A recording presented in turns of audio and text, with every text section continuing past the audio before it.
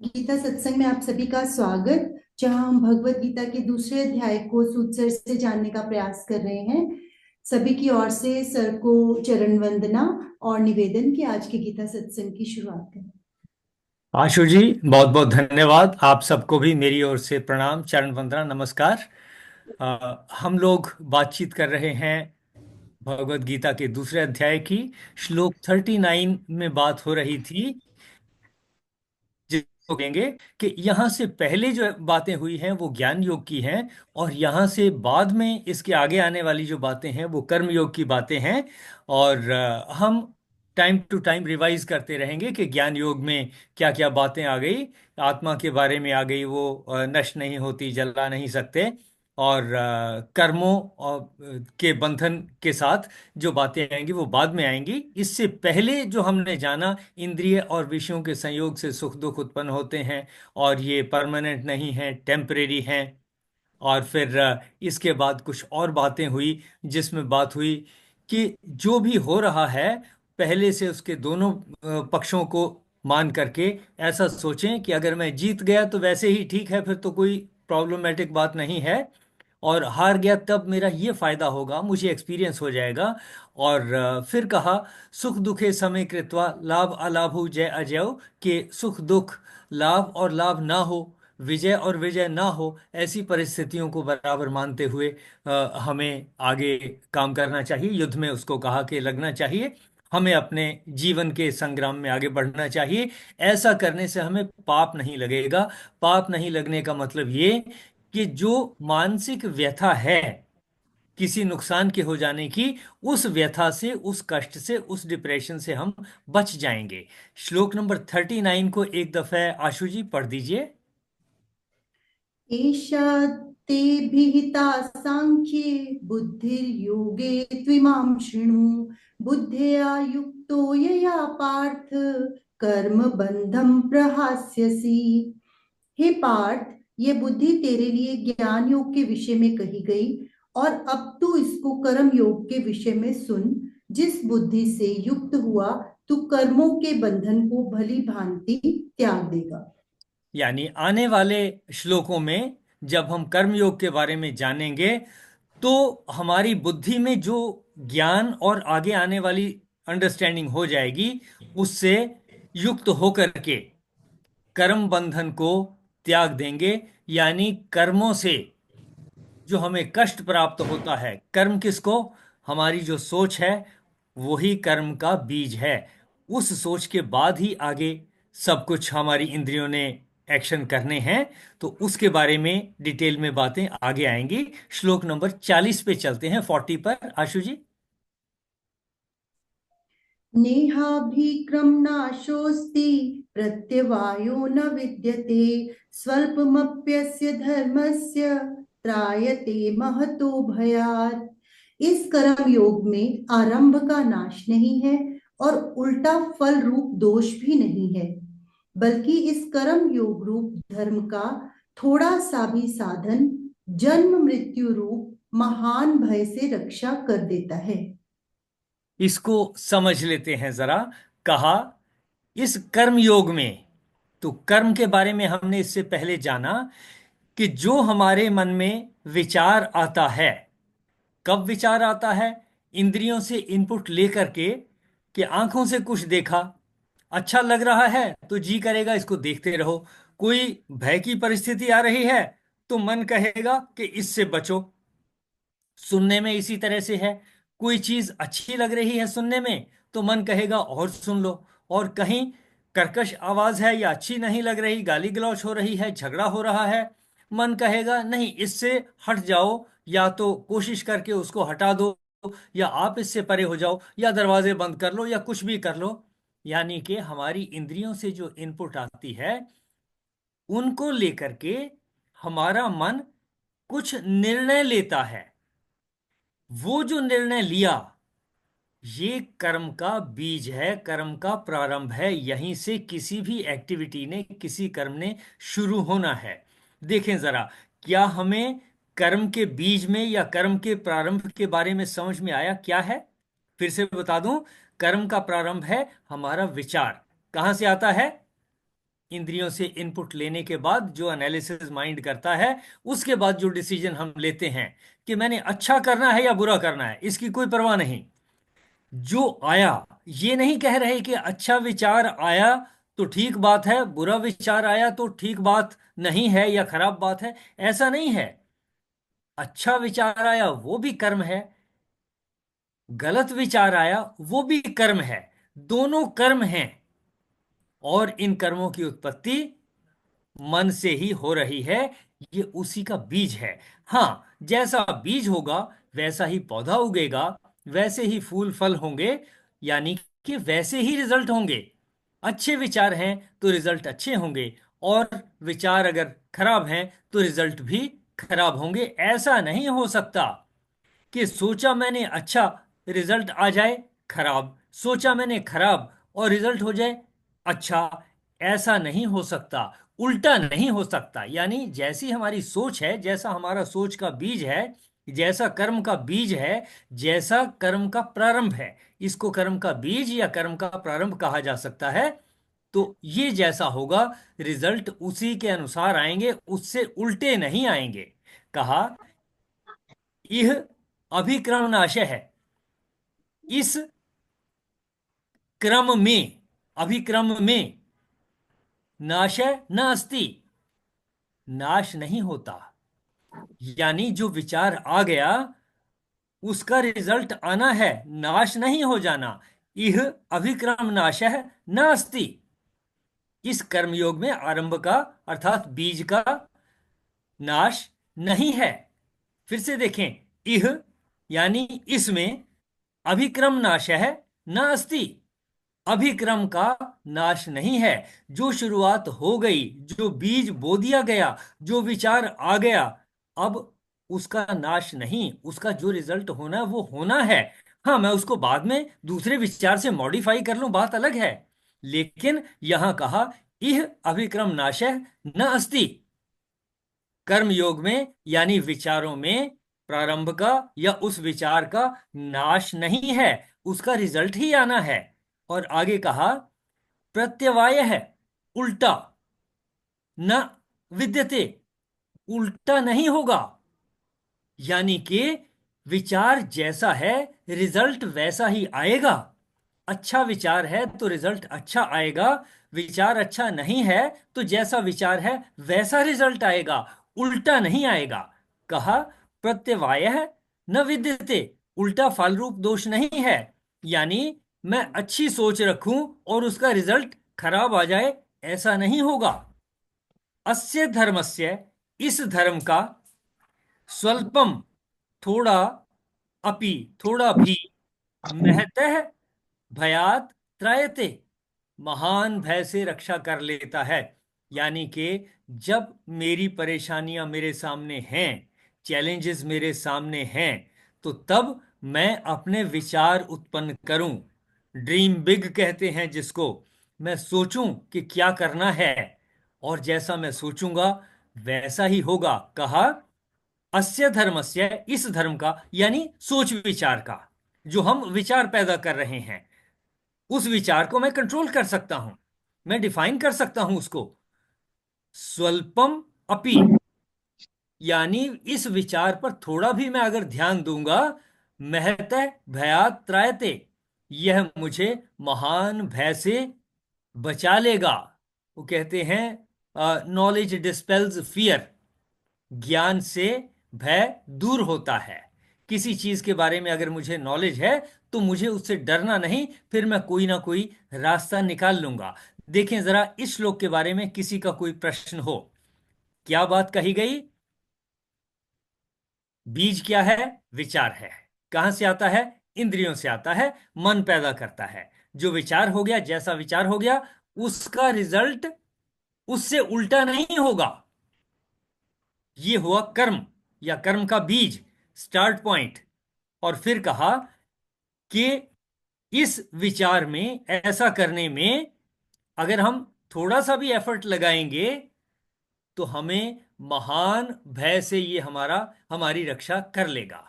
देखें जरा, अगर समझ में आया है तो कोई अब कोशिश करें, अगर हो सकता है तो छोटे में एक्सप्लेन करें इस श्लोक का मीनिंग क्या हुआ।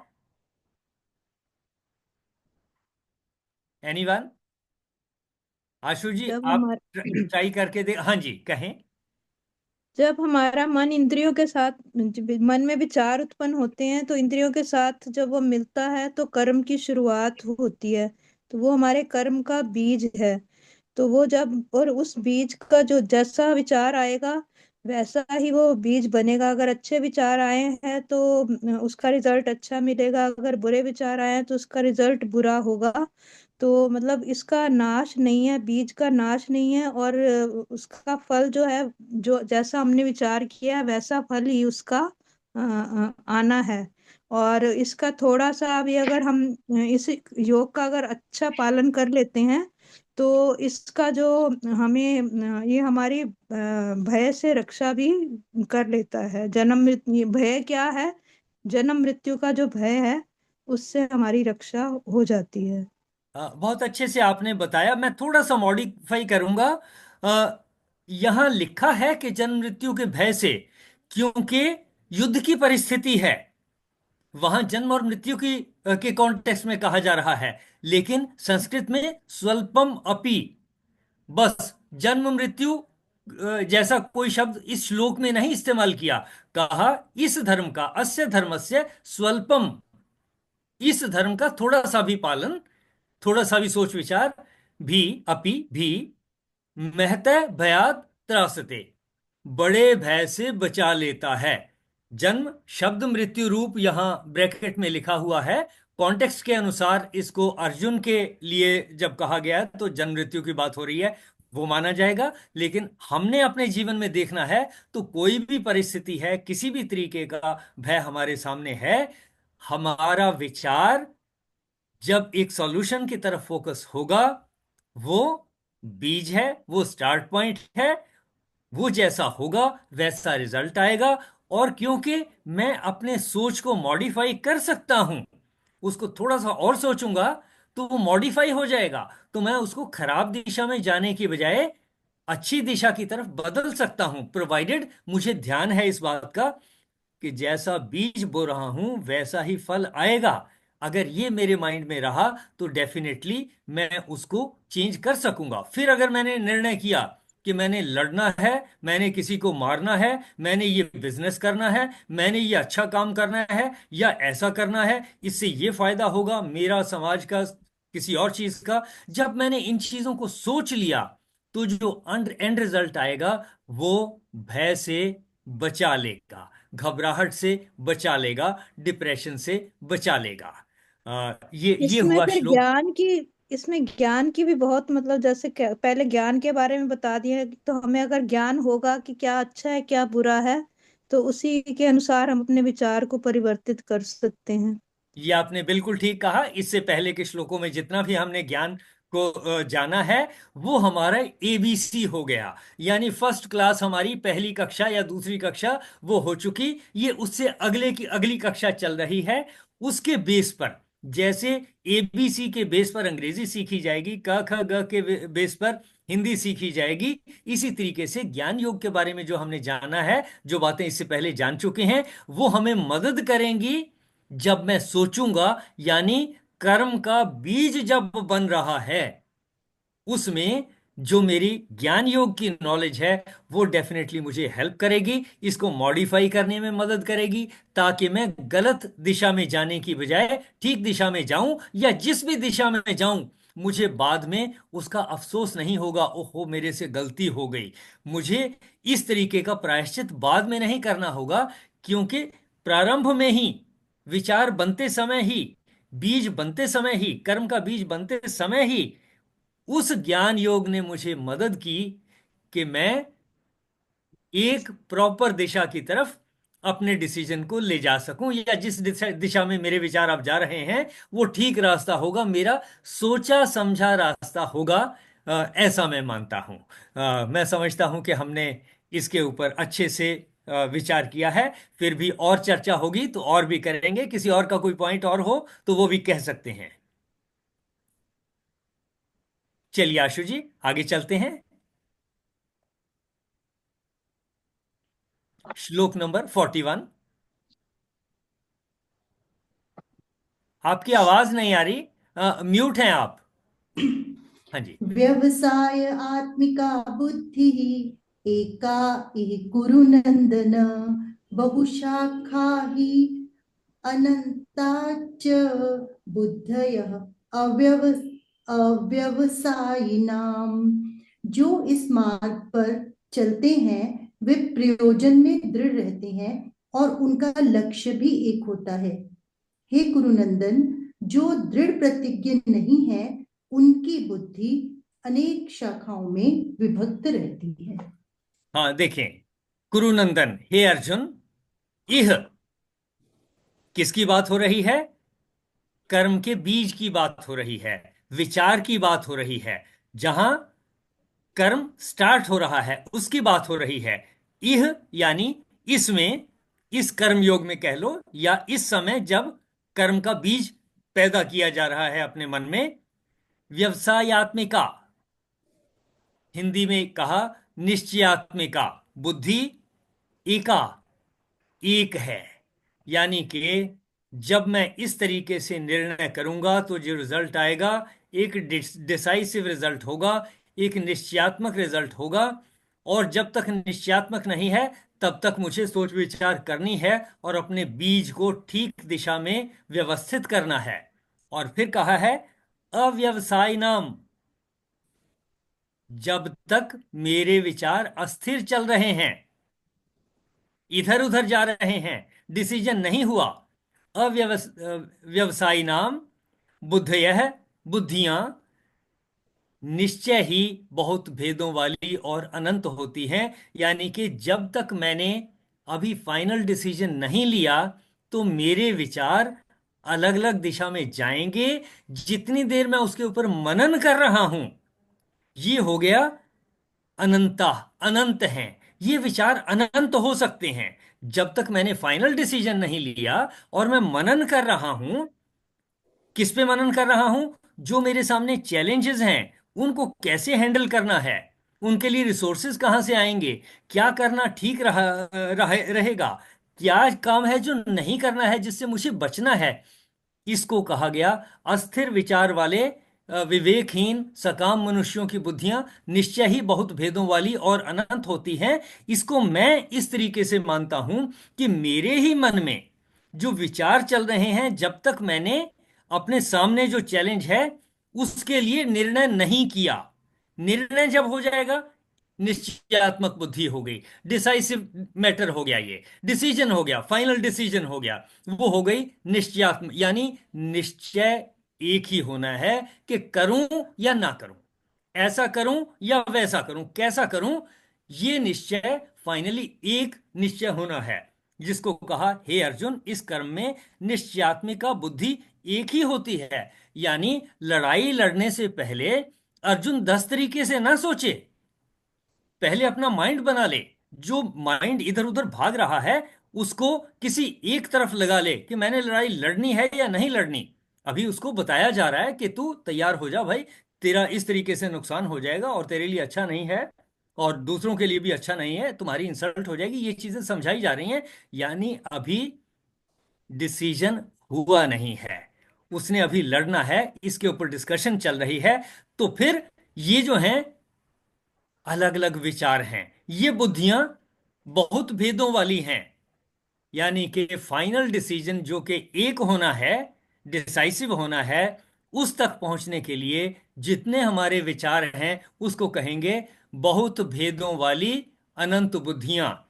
इसमें मेरा अपना विचार, श्री कृष्ण जी का, अर्जुन अर्जुन के अपने विचार, श्री कृष्ण जी के विचार, किसी और के विचार, और जो उन्होंने सीखा है, ज्ञान अर्जित किया है, उसके आधार पर ये सारे इनपुट्स होंगे जिसके बेस पर डिसीजन लेना है। इस श्लोक में क्या कहा? हे अर्जुन, इस कर्म योग में यानी डिसीजन लेने से पहले निश्चयात्मिका बुद्धि एक ही होती है। जब निर्णय हो जाएगा तो बुद्धि एक हो गई, खत्म हो गई बात। और उससे पहले अव्यवसायी नाम, यानी अलग अलग विचार चल रहे हैं, बुद्धयः, बुद्धियां ही बहुशाखा च अनंता, बहुत सारी होंगी। डिसीजन लेने से पहले मन में बहुत विचार आएंगे, ये कर लिया तो इससे ये फायदा होगा, ये नुकसान हो जाएगा, वो क्या कहेगा, मैं क्या करूंगा, ऐसी परिस्थिति आ जाएगी तब क्या करेंगे। जैसे चेस की गेम चल रही है, तो वो कहते हैं कि आप एक चाल आगे तक सोचते हो या दो या तीन या कितनी चालों तक सोचते हो। ह्यूमन माइंड के लिए लिमिटेड है कि हम इतनी चालों तक आगे सोच सकते हैं। कंप्यूटर उससे ज्यादा चालों तक सोच सकता है, तो कंप्यूटर ज्यादा स्ट्रांग हो सकता है, और कंप्यूटर को अगर हराना हो तो मुश्किल हो जाएगा किसी ह्यूमन के लिए। तो यहां जो बात कही गई कि जब तक हमारी बुद्धि ने निर्णय नहीं किया, तब बहुत सारे विचार होंगे, तब ये बहुत सारी बुद्धियां होंगी, मेरी भी, दूसरों की भी, दूसरों की सलाह हो सकती है, वो सब अलग अलग होंगी। लेकिन उनके बेस पर जब निर्णय हो जाएगा, तब एक डिसाइसिव मैटर होगा। और जब मैंने निर्णय कर लिया, सोच समझ के निर्णय कर लिया, तो फिर बाद में पछताने का तो कोई मतलब ही नहीं। फिर बाद का पछतावा हट जाएगा, फिर एंड रिजल्ट कुछ भी हो उसकी मुझे चिंता नहीं होगी। मैं कहूंगा ये मैंने सोच के कहा था, कोई बात नहीं, ऐसा हो गया, ये शायद मैंने उस समय नहीं सोचा था, लेकिन उस समय मेरे ख्याल में नहीं आया। जब मैंने सोचा था, तब सारी चीजों का ध्यान दिया था, ये रह भी गई थी, तो अब मुझे इसका कोई अफसोस नहीं है। आने वाले टाइम में इसका ख्याल रखूंगा।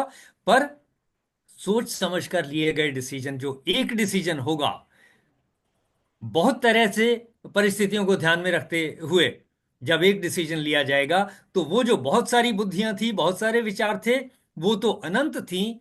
फाइनल डिसीजन एक हुआ कि मैंने लड़ाई लड़नी है कि नहीं, मैंने अपने जीवन संग्राम में चुप बैठना है या खड़े होकर के अपने आप को तैयार रखना है, आगे बढ़ना है, क्या करना है। ये इस श्लोक का मीनिंग है। अलग अलग बुद्धियां और एक निश्चयात्मक बुद्धि। देखें जरा इस श्लोक से हम क्या समझते हैं, कहां तक हम समझ पाए श्लोक को। तो बिल्कुल सही कहा है। और इजी वर्ड्स में मुझे ऐसे लग रहा है कि अगर किसी डेस्टिनेशन पे पहुंचना है तो एक रास्ता तो हमें पकड़ना ही पड़ता है। और अगर हमें खुद से पहले से ही पता है कि ये रास्ता इस डेस्टिनेशन पे लेके जाता है, तो चाहे वो मंजिल कठिन ही क्यों ना हो, पर हम चल पड़ते हैं तो पहुंच जाते हैं। लेकिन अगर हमें पता ही नहीं, और कभी हम इधर जा रहे हैं, कभी उधर, कभी किसी से पूछ रहे हैं, तो फिर वहां तक पहुंचना थोड़ा असंभव और मुश्किल भी शायद हो जाता है। तो इसलिए जब हम ये कर्म योग को अच्छे से जान लेंगे, जैसे पहले ज्ञान योग को जाना है, तो अभी आगे हम पढ़ेंगे इसके बारे में, तो अपनी लाइफ में ही जो हमने निर्णय डिसीजंस लेने हैं, फिर वो हमारे मन में, क्योंकि हर कोई अपनी बुद्धि के हिसाब से अलग अलग राय देता है, और हम भी हमेशा भ्रमित रहते हैं कि हम ऐसा करें, ऐसा करने से पाप तो नहीं लगेगा। जैसे अर्जुन को ही अभी इसके अंदर लग रहा है कि मैं इन्हें मार दूंगा तो मुझे पाप लगेगा, इसलिए वो बच रहा है। तो हमारे लिए जर्नी हमारी आसान हो जाएगी कि हम कैसे डिसीजन लें। अपना होल्ड अपने ऊपर, हमारे पर हो जाएगा खुद ही। आशु जी, आपने बहुत विस्तार में और बहुत संक्षेप में अच्छा विश्लेषण किया इस श्लोक का, जिसमें दो चीजों की बात कही गई है। अस्थिर विचार वाले विवेकहीन सकाम मनुष्यों की बुद्धियां निश्चय ही बहुत भेदों वाली अनंत होती हैं, और निश्चयात्मिका बुद्धि एक होती है। इसको इस तरह से समझने की बजाय मैंने इस तरीके से समझा कि मेरे ही मन में जो बहुत सारे लोगों से और मेरे ज्ञान के आधार पर, मेरे एक्सपीरियंस के आधार पर जितनी इनपुट्स आ रही हैं, जितने विचार आ रहे हैं, जब तक मैंने डिसीजन नहीं लिया, वो बुद्धियां अनंत हैं, बहुत सारी हैं, अलग अलग तरीके की हैं। कोई एक रास्ता दिखाती है, कोई कहती है नहीं ऐसा नहीं, इसकी बजाय इससे तो नुकसान हो जाएगा, इसकी बजाय ऐसा करना चाहिए या कुछ और करना चाहिए। ये बुद्धियां, यानी निर्णय लेने से पहले जितने हमारे विचार मन में आ रहे हैं, ये हो गई बहुत भेदों वाली अनंत बुद्धियां। और जब मैंने डिसीजन ले लिया, एक डिसीजन ले लिया, वो डिसीजन, जो भी डिसीजन लिया, वो निश्चयात्मक हो गया। यानी कि मेरे कर्म का बीज शुरू कहां से होता है? अनंत बुद्धियों से शुरू होता है, अनंत विचारों से, बहुत सारे विचारों से शुरू होता है। उनमें कॉन्ट्राडिक्टरी होंगे, लेकिन उनके बेस पर जब सोच समझ करके डिसीजन लिया जाएगा, तब जो निर्णय होगा, एक निर्णय होगा। और जब तक निर्णय एक नहीं हुआ, तो मैं जाऊंगा किधर? तब तक मैं कहीं भी नहीं जा सकता। तब मैं बैठा ही रह जाऊंगा कि मुझे लड़ाई नहीं लड़नी, अभी तो विचार ही चल रहे हैं। तो अर्जुन अभी उस परिस्थिति में है जहां उसके सामने, उसके मन में, और जो अर्जुन को कृष्ण जी कह रहे हैं, और जो सरकमस्टेंसेस से उसने देखा, दोनों सेनाओं को देखा, उसके मन में जो आ रहा है वो कहता है अभी नहीं लड़ सकता मैं, ये परिस्थितियां, ये मुश्किलें होंगी, ऐसा होगा वैसा होगा। ये सारी बुद्धियां, अनंत भेदों वाली, बहुत सारी बहुशाखा, यानी विचारों की बहुत शाखाएं हैं। बहुत शाखा जिसको कहा बहुत भेदों वाली और अनंत बुद्धियां होती हैं। इसी को हम कहेंगे कि जब ये डिसाइड हो गया और एक डिसीजन फाइनल हो गया, वो निश्चयात्मक बुद्धि, निश्चयात्मिका बुद्धि हो गई, डिसाइसिव बुद्धि हो गई। हमें अपने जीवन संग्राम में ध्यान रखना है कि फाइनल निर्णय से पहले जो कुछ आ रहा है उसको सोच विचार करके करें। लेकिन लड़ाई के समय में अनंत काल तक सोच सोच विचार करते नहीं बैठे रह सकते, तब तक दुश्मन आकर के मार देगा। तब बहुत जल्दी निर्णय लेना होगा कि मैंने लड़ना है, नहीं लड़ना, या मैंने इधर से अटैक करना है या उधर से अटैक करना, या मैंने एयर अटैक करना है या ग्राउंड अटैक करना है, मुझे क्या करना है। लड़ाई के मौके में टाइम नहीं होगा। एक मुझे किसी ने समझाया था या कहीं मैंने पढ़ा था, वर्क एक्सपेंड्स विद टाइम। काम समय के अनुसार बढ़ जाता है। अगर मुझे बताया कि चैप्टर 2 को मुझे पता हो कि मैंने एक दिन में पढ़ना है, तो फिर मैं जैसे मर्जी करूं उसको एक दिन में ही समाप्त करूंगा। लेकिन अगर मुझे कहा जाए कि भाई टाइम की कोई परवाह नहीं, जैसे हम पढ़ रहे हैं, हम टाइम के हिसाब से नहीं चल रहे, तो ये हमारे चैप्टर जो हैं और इनका विस्तार बढ़ता चला जाता है। वर्क एक्सपेंड्स विद टाइम, हमारे पास टाइम है सोचने का। लेकिन अर्जुन के पास उस समय, लड़ाई के समय में इतना टाइम नहीं होगा। हमारे जीवन संग्राम में भी ऐसा नहीं है कि हमारे पास सोचने के लिए अनंत समय होगा, कि सोचते ही रह जाएंगे। नहीं, डिसीजन भी लेना है। अनंत बुद्धियां जो हैं उनको सोच करके लिमिटेड टाइम में, जितना भी टाइम अवेलेबल है उतने टाइम में, कि अगर स्कूल जाने का टाइम हो रहा है, मंदिर जाने का टाइम हो रहा है, बाजार जाने का टाइम हो रहा है, किसी काम को दूसरे काम को करने का टाइम हो रहा है, तो उससे पहले कि स्कूटर से जाऊंगा, मोटर से साइकिल से जाऊंगा, पैदल जाऊंगा, कार से जाऊंगा, किसी और के उसमें जाऊंगा, ऑटो मंगवाऊंगा, ये डिसीजन मुझे पहले से ले लेने हैं, निपटा लेने हैं। ये निश्चयात्मिका बुद्धि नहीं हुई, ये पहले की बहुत भेदों वाली अनंत बुद्धियां हैं। और इनसे फाइनल जब मैं कहता हूं टाइम के साथ कि भाई ओके अब चलेंगे, तो ये हो जाएगी निश्चयात्मिका बुद्धि। तो इस श्लोक से हमने कोशिश की कि समझें अनंत भेदों वाली बुद्धियां कौन कौन सी हैं, कहाँ हैं।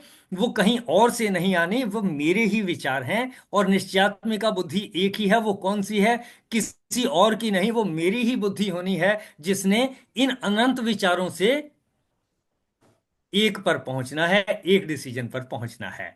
आज की चर्चा को यहीं तक सीमित रखेंगे। आप लोग अपनी तरफ से कुछ कहना चाहें, जरूर कहें। सुधा जी कुछ कहना चाह रहे हैं क्या? हाँ जी। आ, हाँ जी, हिमांशु। जय कृष्ण, जय श्री कृष्ण मैम। जय श्री कृष्ण। जय कृष्ण। सर मैं ये कह रहा हूँ, ये तो हम सोचते तो हैं हम कि जब भी हम कोई डिसीजन लेते हैं तो वो तो होता ही है कि बहुत सारे लोग हमें अपने अपने विचार देते हैं। फाइनल डिसीजन तो हम नहीं लेना होता है, लेकिन कभी कभी जो है ना सर, वो हम जब डिसीजन लेते हैं तो उसमें जो है ना हमारा डिसीजन बहुत गलत हो जाता है। तो वो हमें बहुत दुख देता है कि शायद हम उनकी बात सुन लेते तो शायद वो ज्यादा बेटर होता। तो उस में जो ना ये वाली कॉन्टेस्ट रहता है कि सही, अगर किसी के पास हम जाते हैं जो उस चीज को परफेक्टली किसी के साथ उस परिप्रेक्ष्य में हुआ हुआ होता है, तो वो उसके बारे में ज्यादा अच्छे ढंग से बता पाता है। वरना तो सर दुनिया में सब अपने हिसाब से ही कंक्लूड करते हैं ना पोजीशन को। तो ये तो है, ये बिना ज्ञान के तो दिक्कत ही होती है। हाँ हिमांशु जी, मैं आपकी बात से सहमत हूं, लेकिन इस श्लोक से जो हमने सीखा वो यही कि जो अस्थिर विचार वाले विवेकहीन सकाम मनुष्यों की बुद्धियां निश्चय ही बहुत भेदों वाली और अनंत होती हैं। मैं इसको ये मानता हूं कि हमारे ही विचार, निर्णय लेने से पहले विचार बहुत सारे होंगे, कॉन्ट्राडिक्टरी होंगे। कोई किसी से हमें ये सलाह मिली, किसी दूसरे से कुछ और सलाह मिली, डिसीजन नहीं हो पा रहा। फाइनली जब इन सब के बेस पर एक डिसीजन मैंने ले लिया, तब आने वाले समय के लिए भी अपने आप से सिर्फ इतना ही कहें कि उस समय जितनी इनपुट्स मिल सकती थी, मैंने उन सब बातों को ध्यान में रखा। उस समय जितने ज्ञानी जन मुझे मिल पाए, उनसे मैं जो कुछ सलाह ले सका मैंने सलाह ले ली थी। उसके बाद भी कोई छूट गया तो समय की कमी की वजह से हो सकता है, या किसी और परिस्थिति की वजह से हो सकता है कि मैं किसी को कांटेक्ट नहीं कर पाया, या कोई आ नहीं पाया, या मुझे कांटेक्ट नहीं कर पाया, या मैं उससे कम्युनिकेट नहीं कर पाया। पर फाइनली जब मैंने ये डिसीजन ले लिया, तो आने वाले समय में अपने आप से कहना चाहिए कि उस समय जब मैंने डिसीजन लिया था, तब जितनी चीजें हो सकती थी मैंने ध्यान में रख ली थी। उसके हिसाब से उस समय का वो बेस्ट डिसीजन था। इसलिए उसके ऊपर आने वाले समय में मैं ये तो कह सकता हूं कि ये कमी रह गई थी, इसको मैं भविष्य में पूरा करूंगा और ध्यान रखूंगा। लेकिन इस बात का पछतावा नहीं रहना चाहिए कि उस समय मैं ये और कर लेता ना। उस समय हमने ऐसा मान के चलें कि निश्चयात्मिका बुद्धि बना ली थी, अनंत बुद्धियों से, अनंत विचारों से सब कुछ इनपुट लेकर उन बातों को ध्यान में रखते हुए निश्चयात्मक बुद्धि बना ली थी, ऐसा मैं मानता हूं। तब फिर कोई रिग्रेट नहीं होनी चाहिए, कोई पछतावा नहीं होना चाहिए, हमें उससे बचना है। लेकिन देखिए, सर होता तो है, हाँ, होता तो होता है होता होता है, लेकिन सर। हमें, जैसे कि अब बहुत सारे डिसीजन ऐसे हो जाते हैं लाइफ में जो होल लाइफ को जो है ना स्पॉइल कर देते हैं, उनसे हमें बहुत सारी दुखों का सामना करना पड़ता है। सर मन तो व्यथित होता ही है ना। अब जैसे मेरा ही डिसीजन है, मैंने जो अब अपना के ऑपरेशन के लिए जिस डॉक्टर को मैं बेसिकली गया था सिर्फ अपना चेकअप कराने, बट उसने मुझे बोला कि आप जो है ना ऑपरेशन करा लो। कोइंसिडेंट था तो कि जिसका उसका अपॉइंटमेंट था वो नहीं आया उस दिन। तो वो डिसीजन मेरी लाइफ का इतना क्रिटिकल डिसीजन था कि उसके बाद मुझे जो है ना बहुत ज्यादा प्रॉब्लम फेस करनी पड़ी। पहले मैं बहुत इजी वे में लाइफ स्पेंड कर रहा था, बट उसके बाद मेरी लाइफ बहुत क्रिटिकल हो गई। और उसका रिजल्ट आज तक भी मैं जो है ना वो मेरे जो है ना जीवन का सबसे कहते हैं ना यू टर्न था एक तरह से, कि उसके बाद मुझे कितना स्ट्रगल करना पड़ा ये मैं ही समझ सकता हूँ।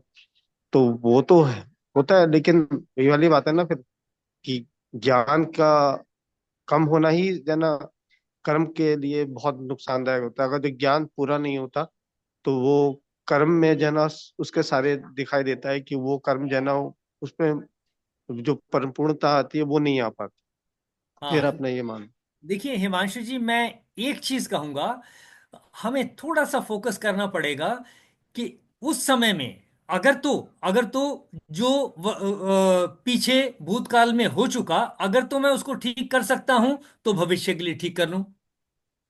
For every element under the sun, सूर्य के नीचे कोई भी बीमारी हो, कोई भी समस्या हो, देर इज ए रेमेडी और देर इज नन। या तो उसका कोई रेमेडी है, या तो उसका कोई इलाज है, या कोई नहीं है। If there is one, find it. आने वाले समय के लिए अगर कोई इलाज है तो उसको ढूंढ लो। If none, never mind it. कि अगर नहीं है तो फिर उसके ऊपर पछतावा करने से हमें बचना है। ऐसा मैंने सुना है, ये डेल कार्नेगी की पुस्तकों से ली हुई बातें हैं कुछ जो मैंने अभी शेयर की। For every element under the sun there is a remedy और there is none. If there is one, find it. If none, never mind it. तो हमें जो भूतकाल में हो चुका, अगर तो मैं उसको ठीक कर सकता हूं, तो मुझे उसे ठीक कर लेना चाहिए, पछतावा करने की बजाय।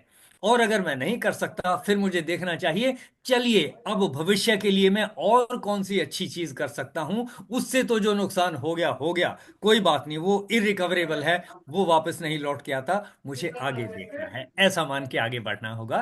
तब हम अपने माइंड को स्टेबल रख पाएंगे। बट सर मेन चीज तो यही है कि कर्म ही हमारे हाथ है। गीता का मेन तो यही है, बेसिक पॉइंट तो कि कर्म ही हम कर सकते हैं, तो कर्म लेकिन ही जो फल देखिए, तो। हिमांशु जी, कर्म की शुरुआत विचार से ही तो है ना, डिसीजन से ही तो है। उसी को हम कह रहे हैं, वही तो बीज है कर्म का। उस बीज को मैं अच्छा हम्म, बना लूं जो मेरे बस में है, यानी इनपुट ले लूं दूसरों से सोच समझ के, और फिर जितना अच्छा बन गया, परफेक्ट हम्म। ना सही, जितना अच्छा बन गया उस पे मुझे खुश होना चाहिए कि हाँ, उस समय मैंने सोच विचार के ये बीज तैयार किया था, ये निर्णय लिया था। यही मेरा कर्म है, यहीं से कर्म शुरू होता है। देखें। सर हिमांशु जी जो कहना चाह रहे हैं बिल्कुल ठीक बात है वो भी, कि कर्म तो हमारा बाद में, पर कर्म से पहले हमें इसीलिए शायद ज्ञान योग इसमें पढ़ाया गया होगा। वो जो कहना चाह रहे हैं कि अगर हमारी नॉलेज ऐसी हो जाए, पर ऐसा होता नहीं है हिमांशु जी, क्योंकि हर एक किसी की हर एक फील्ड में आपकी जो सिचुएशन आई हो सकता है उस समय वो नॉलेज होना उतना ज्यादा मेडिकल के उसमें सभी के लिए नहीं होता। तो सर मेरे ख्याल से फिर जो चीज बीत गई, जैसे सर ने कहा है, उसको तो फिर ऐसा ही लिखा था, या माने कुछ भी ऐसा सोच के हमें आगे तो बढ़ना ही है। नहीं तो हम बाकी की लाइफ भी उसको बार बार एनालाइज करने में या सोचने में ही हम पछतावे में गवा देंगे। तो क्योंकि हम सभी से, आपके साथ अलग सिचुएशन है, लेकिन जो हम बाकी भी हैं हमारे साथ, सभी के साथ ऐसे कुछ कुछ ना कुछ लाइफ में एक्सपीरियंस हुए हैं कि जहां हमें लगता है कि हमारी, चाहे हम निश्चयात्मक तो सर तब भी थे कि, लेकिन तब वो हमारी जिद की थी कि हमें ये करना है तो यही करना है, क्योंकि ज्ञान नहीं था तो वो हमारी जिद कहलाती थी। लेकिन अब अगर हम ज्ञान के बाद डिसीजन लेंगे तो वो हमारा राइट डिसीजन होगा। और जैसे सर ने कहा कि जब आपने पूरा एनालाइज कर लिया तो आपको बाद में एटलीस्ट पछतावा नहीं होगा कि आपने सोचा तो था, फिर भी ऐसा हो गया, तो वो शायद परमात्मा की इच्छा होगी उसके अंदर कुछ ना कुछ। ये ठीक कहा आपने आशु जी। इस तरीके से मान के चलेंगे तो डेफिनेटली पीस ऑफ माइंड हमारा बनेगा, इंप्रूव होगा। इसी पर आगे चर्चा जारी रहेगी कल भी। आज समापन की ओर बढ़ेंगे। ठीक। ओम पूर्णमदः पूर्णमिदं पूर्णात् पूर्णमुदच्यते पूर्णस्य पूर्णमादाय पूर्णमेवावशिष्यते। ओम शांति शांति शांति। आप सबका बहुत बहुत धन्यवाद। विचार विमर्श अच्छा रहा, चर्चा अच्छी रही, इस सब के लिए मेरी ओर से आप सबका धन्यवाद, प्रणाम, और आप सबको नमस्कार। नमस्कार जी, सभी को नमस्कार। सभी की ओर नमस्ते। से सर को भी चरण वंदना और आभार। कल मिलते हैं अगले श्लोकों के साथ। Thank you everyone.